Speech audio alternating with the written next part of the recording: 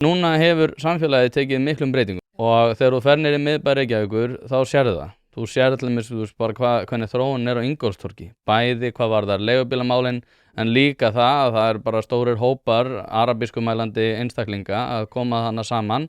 Lögreglan hefur mikil afskipti af þeim. Ég sá 2 þeirra vera að öskra á lögregluna núna bara síðasta laugardaginn, klukkan bara kringum 10, bara frekar snemma. Og svo var það aftur í gangi þegar ég kom aftur niður á Ingólfstorg. Þannig að ég labbaði hana framhjá og ég sé alltaf eitthvað sem svona einkennilegt og bara vægast sagt búið að taka miklum breytingum.